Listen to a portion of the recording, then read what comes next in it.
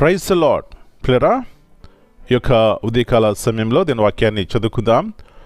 సామెతల గ్రంథము 14వ అధ్యాయము 29వ వచనం. Proverbs 14:29.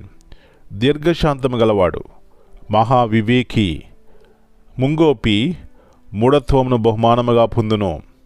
He that is slow to wrath is of great understanding, but he that is hasty of spirit exalteth folly. యేసు ప్రభువారి అతి శ్రేష్టమైన నామములో ప్రియరా మీ అందరికీ శుభములు తెలియజేస్తున్నాను. ఈ యొక్క ఉదయకాల సమయాన్ని బట్టి దేవునికి కృతజ్ఞతాస్తుతులు చెల్లించుకుందాం.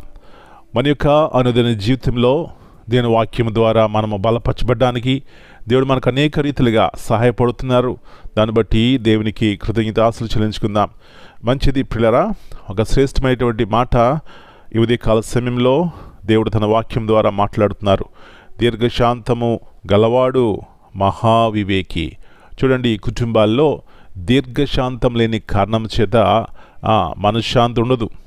ప్రియరా, ఎన్నోసార్లు దీర్ఘశాంతం లేని కారణం చేత, తొందరపడుట చేత, కోపము చేత వ్యక్తిగతంగా మనము నష్టపోతూ ఉంటాం. మన కుటుంబాలు నష్టపోతూ ఉంటాయి. అనేక మందికి మన నష్టం కలిగజేస్తూ ఉంటాం.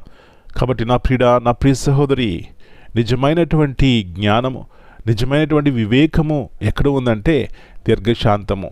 ఎట్లా దొరుకుతుంది దీర్ఘశాంతం అంటే యేసు ప్రభువారు ఆ మనసును మనకి ఇస్తారు. కాబట్టి దేవుని వాక్యం ద్వారా మనం బలపరచబడాలి అంటే దేవుని యొక్క మాటలు మన జీవితంలో ఉండాలి. అవి మనకు దీర్ఘశాంతాన్ని ఇస్తాయి. అనేకమైనటువంటి ప్రమాదాల్లో పడకుండా తప్పిస్తాయి. మనకు మనశ్శాంతిని ఇస్తాయి.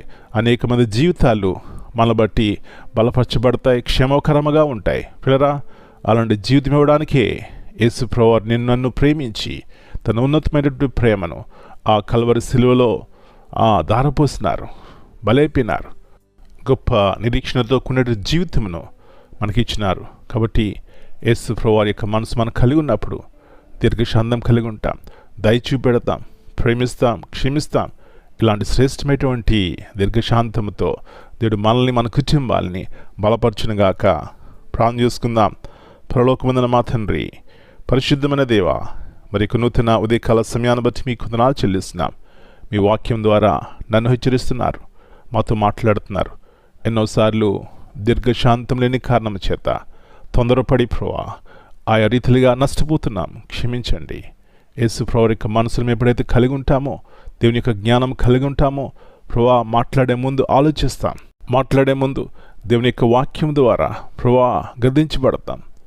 మా మాటలు మాకు అనేక మందికి క్షమాభివృద్ధిని కలుగజేస్తాయి. ఎప్పుడైతే దీర్ఘశాంతం మాలో ఉంటుందో ప్రభువా, మా కుటుంబాల్లో సమాధానం ఉంటుంది, శాంతి ఉంటుంది నాయన. అందుకనే ముఖ్యంగా మంచి ఆలోచన ద్వారా నడిపించబడతాం, జ్ఞానం కలిగి ఉంటాం, బలము కలిగి ఉంటాం.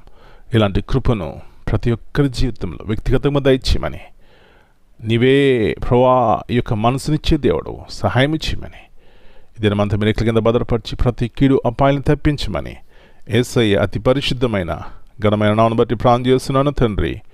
Amen. God bless you all. My dear brothers and sisters, greetings in the precious name of our Lord and Savior, Jesus Christ. In this morning we read from Proverbs 14 and verse 29. Whoever is patient has great understanding.